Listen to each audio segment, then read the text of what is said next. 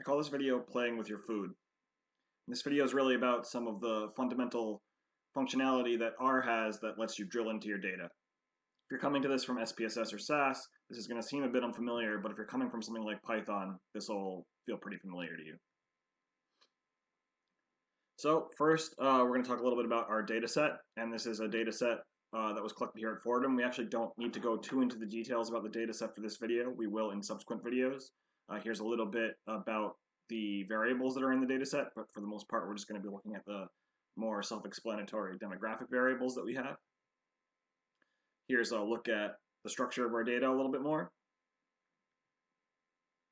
And so what we're really going to be talking about today is how we can index our data to learn more about it with things like descriptive stats or subsetting data to match specs that we need or something like that. So to start, let's say you just wanted to view the age of the first participant in your data set. So to call the age variable, you start by naming the data set that you gave the name to. So in this case, I named the data set DAT. So I called DAT $age. That's the age variable. And then in square brackets, I put the number 1, and that gives me the first observation in the age variable, which is 24. If I wanted to call the first, third, and fifth, I could put 1, 3, and 5 inside the C function inside the square brackets, and that would give me the first, third, and fifth variables. The C function is the concatenate function. And if you actually want a range, you don't want to skip around, you don't need the C function, you can just use a colon, and you can say 1, 5 to specify the range, 1 through 5, so the first through fifth ages in our data set. So we can also use indexing not just to call on our variables, but we can index across our entire data set by putting the square brackets immediately after the name of the data set, and then inside those square brackets, we have a comma where everything to the left of the comma references rows and everything to the right references columns. So we can do everything we did on the last page using this functionality instead. So for example, age is our fourth column in our data set. So if we wanted the first row of the fourth column, we would call DAT square brackets 1, 4, and that would give us 24. If we wanted the first, third, and fifth, we would call DAT and then the C function 1, 3, 5, 4. And again, 1 through 5 on the left, 4 on the right gives us the first 5. We could also use the names of our columns to the right of the comma instead of the index numbers. So here we get the exact same thing, except on the right of the comma in quotes, we're putting the name of the variable. So this again does the exact same thing as the last couple pages. And what we can do, and this is where this really comes in more handy, is we can specify multiple columns to the right of the comma. So you can't do this with the $sign, but when you're indexing, you can call more than one column. So here I'm getting the ages and genders of the first, third, and fifth participants either by using the 4 through 5 column index numbers or using the names, age, and gender. We can also use indexing to look at entire rows or entire columns. To look at entire rows, you leave the right side of the comma blank. So here I'm calling the entire first 2 rows by putting C1, 2 on the left of the comma in the square brackets, and then leaving the right-hand side of the comma in the square brackets blank. If we did the reverse and we wanted columns, we could leave the left-hand side of the comma blank and call the fourth and fifth columns on the right side. And in fact, we could just leave that first comma out entirely. If you don't put a comma inside the square brackets when you're calling it over the data set, R will assume that you're interested in columns and not rows. So you can just call DAT and then put the anything about the columns you want inside the square brackets, and R will print that out for you. One of the other ways this can be really helpful is you can do conditional indexing. So let's say we wanted to look at the genders of everyone who is under the age of 21. Gender in this data set came out to be binary. There were 3 levels when we administered it, but everyone put either male or female.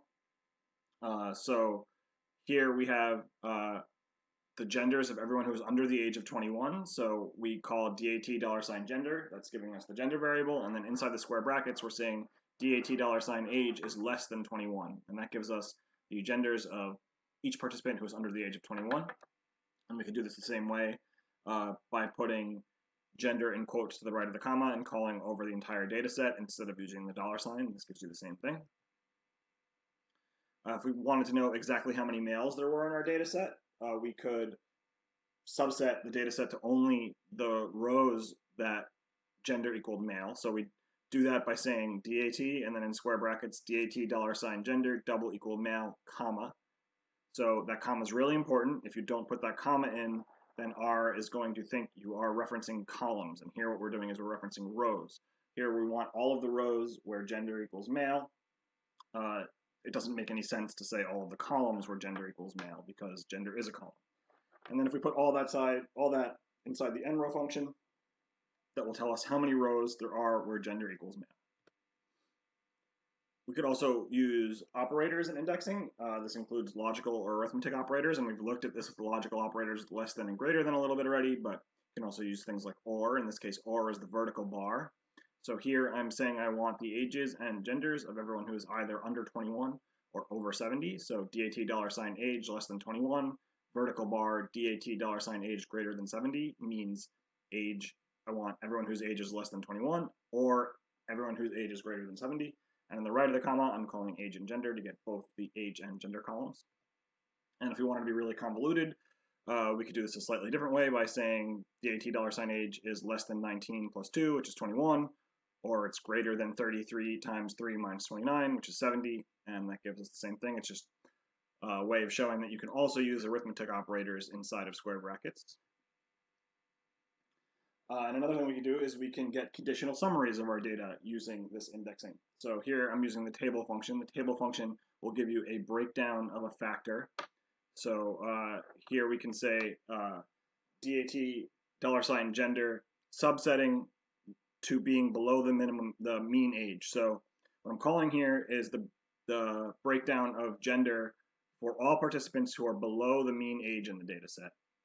So we have 53 females and 97 males who are less than the average age within the data set.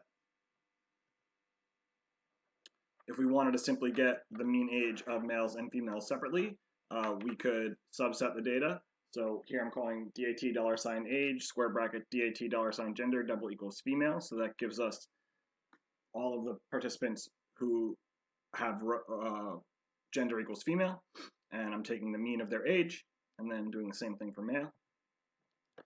And we could actually do this a little bit more cleanly and easily. Instead of writing 2 lines of code, we could just write 1. There are a couple different functions that will let us do this. One of them is tapply. And so tapply is a way of summarizing data by factor levels.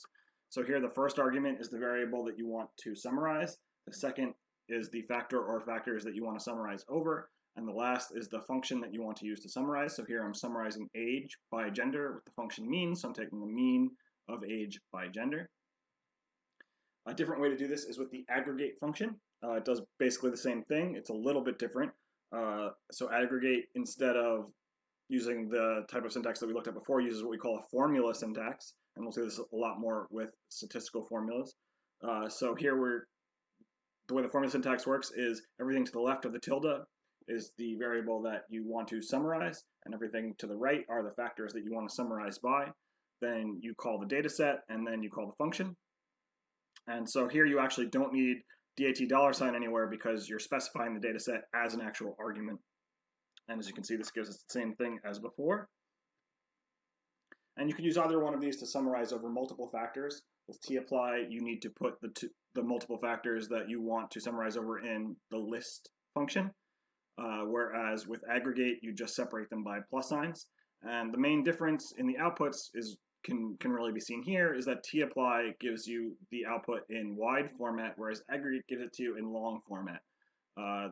This is one reason aggregate will sometimes be better when we're doing HLM. It's also just a cleaner syntax to my eye, but really you can use either one, whichever one strikes your fancy a little bit more.